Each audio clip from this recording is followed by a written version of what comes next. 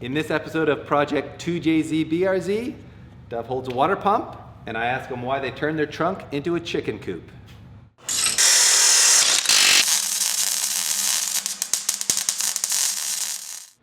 So Dove, why are you holding a water pump like a Heisman Trophy winner here?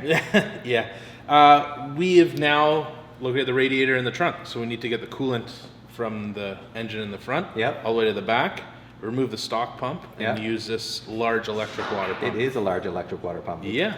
And it's going to live in the trunk, obviously? Yeah, it's going to be somewhere around there. Okay. Ish. Just tack it welded in there, you're good to go? Yeah, if you could attach aluminum to steel with a welder, You can tell I'm not a welder. And it looks like Vin has done a whole bunch of work back here to mount the rad and the fuel cell. Yeah, Vin's been super busy. So we got the awesome CSF R1 triple pass radiator. Yeah. We've run this in our time attack car before. Okay. In a rear mounted scenario as well. Oh, really? So it works really well. It would be really nice to keep engine temps down. In the old car, there's lots of things stacked. We had like radiator, oil cooler, intercooler, power steering cooler. Yeah. Made a lot of heat. This should allow the engine to cool down a lot quicker. And you've got a nice big opening back there that we'll talk about in a sec. Yep. You've got this gold foil wrapped cover. What is that? What's that all about? The foil's just to make it look nice. It's showy. Yeah, it's showy. Underneath its access panel to the rear differential, there's three of the hanging bolts are on the top. Yeah. So to ease removal of the diff, Yeah. if by some chance we break it, Yeah. it'd be Not likely? not likely, but it could happen, and Sure. it just helps around the shop. Just so you can grab those 3 bolts really easily. Yeah. And then the ATL fuel cell, it looks like it's a perfect fit. Yeah, we built the whole trunk around it pretty much, like the bash bar mounts, and we even added the pocket for the battery over there. Yeah, I love so that. It's very slick. Keep everything kind of together nicely. Yeah. But inside here is kind of like where all the magic is for the fuel system. Mm-hmm. We had ATL custom build us. There's a Kevlar surge tank inside with some containment doors and 2 Walbro 450 liter per hour 85 pumps. Wow. So all we have from here now is we have 2 -8 outlets that are going to Y to a -10, and that will run right to the front. Okay. So no outside swirl pots or anything. Everything's contained inside the fuel cell. It's super safe. Yeah, nice system. It's very clean too, isn't it? Yeah, I mean the clutter will be on the minimum. Yeah. And as far as the whole chicken coop aesthetic here, that's obviously just to let the heat out. I mean, with that huge radiator, and there's no fans on it yet, but we'll put fans. You're gonna have to get the heat out of the car. Yeah. It'll come out through here, and the is going to stay open on the side. Like, oh, you're going to leave some opening down here as well? Yeah, well, no, underneath the car. Oh, I see. With the bumper cover on, there'll still be airflow. The air will still be able to get out the trunk. So we're not actually closing off anything behind the radiator, so you can bleed all the heat out of the back of the car. Right. This bulkhead wasn't in last time we were here either, was it? No, that's new. And it looks like no big deal, but this is actually a ton of work. Yeah, to fit it into this odd shape, I bet it was. Yeah, it was. We made a template and then tweaked it, and then slowly cut away so this would follow the contour all the way down. Yeah. That way it creates like a firewall between the... It's stiff and strong too. It's added some rigidity to the back of the car because we're going to be cutting a lot of the back of the car away. Okay. This has actually been really helpful. And you're not concerned about getting enough airflow in with this? Are you leaving this wide open? Yeah, this will stay wide open. The rear window will fill in here. Yeah. And then this is going to stay wide open, and that will be the supply for the... You'll block off the sides and the top sort of thing, so the air can yeah. only go through the radiator? Correct. Nice. More to keep the heat on the other side. Yeah, fair enough. And we added a few little details, like you see here, just... Nice little gussets there? Yeah, just to keep the rigidity, because we've... there's a parcel shelf that's supposed to be here, right? Yeah. That's all been cut out, and so we added a few little pieces for rigidity. Yeah, I didn't notice to hold that. the radiator up and whatnot. Oh, it looks great. So obviously there's been a bunch of action going on up front too. Mm-hmm. I can see that there's a transmission in the center tunnel. Yeah, look, there's a shifter over there. Look at that thing poking through there. That is your G-Force? Yeah, G-Force GSR. That's the big boy gearbox that we tried in the other car? Yeah, same gearbox from the other car. We have a 4-speed? 4-speed, dog engagement, no clutch. Takes 1 million horsepower with smiles. I'll show you NV's high-tech hood support here. Yeah, let me jam my pole in this hood. There you go. Hopefully, I'm not... Come on. I know, it's just... The internet is waiting on you. Let's go, I don't want buddy. anybody to die. That's safe enough, whatever. So, behold, a 2JZ in the engine bay. That was easy. It's a 2JZ and a BRZ. I just showed up and there was a 2J in here. What happened?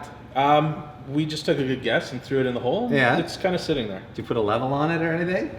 There were measurements taken. You can't actually put a level on it because the hoist isn't level. Like, not everything is 100% level because the hoist pads are made out of rubber and everything. Yeah.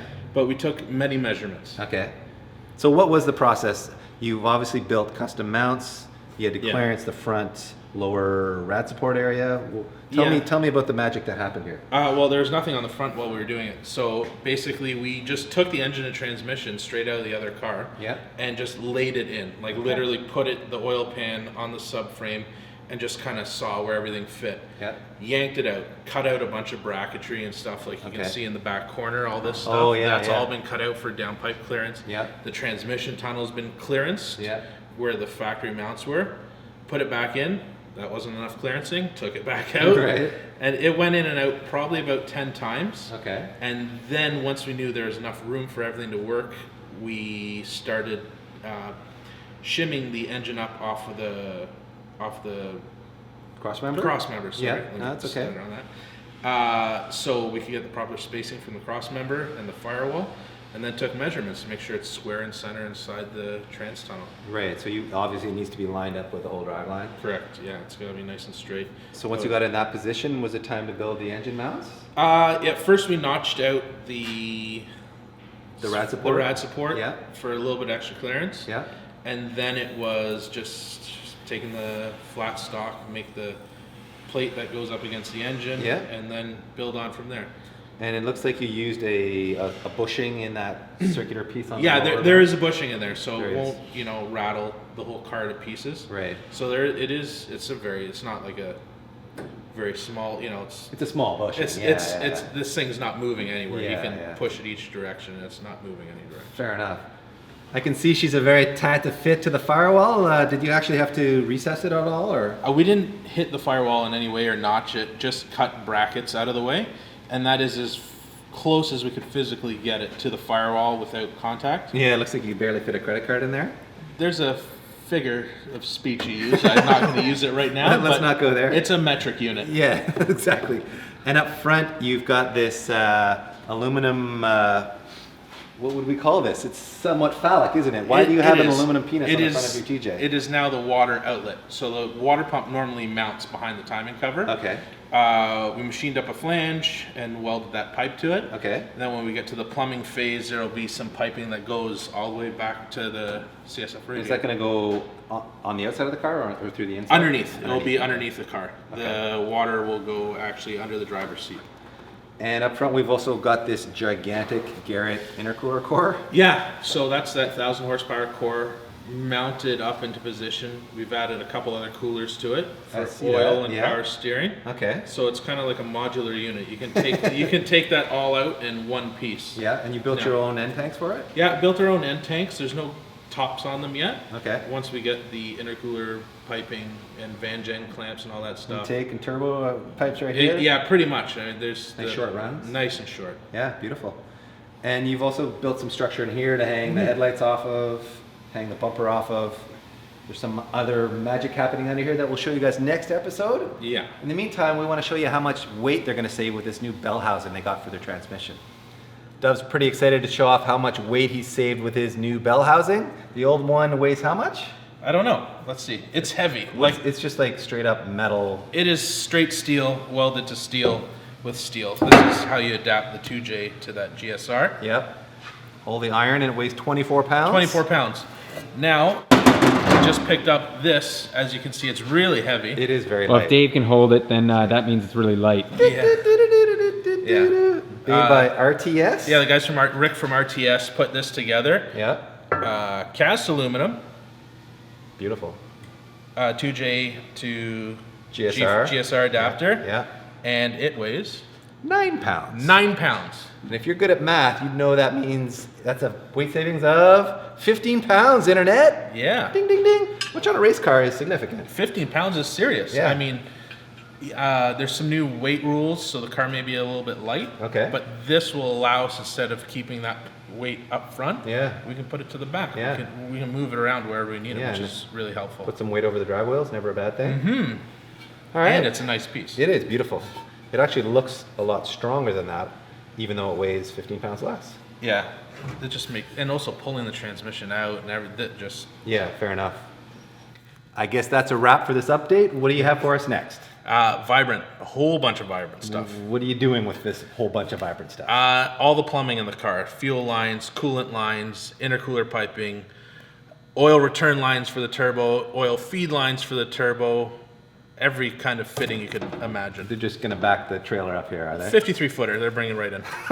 And I hear rumors of maybe fenders being cut and stuff. There's a good chance we're gonna cut the whole rear quarters off of that car. They're going wide body, everybody.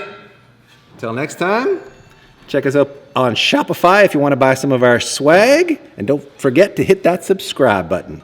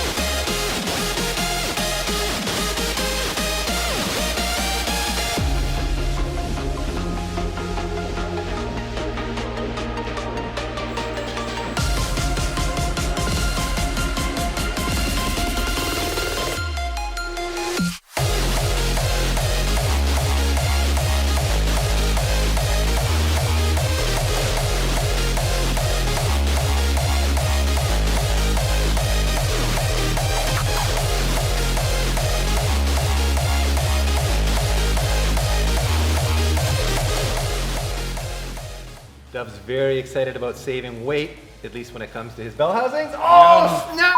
And guy, Burn! all right, I see how it is. I see Let's try that again.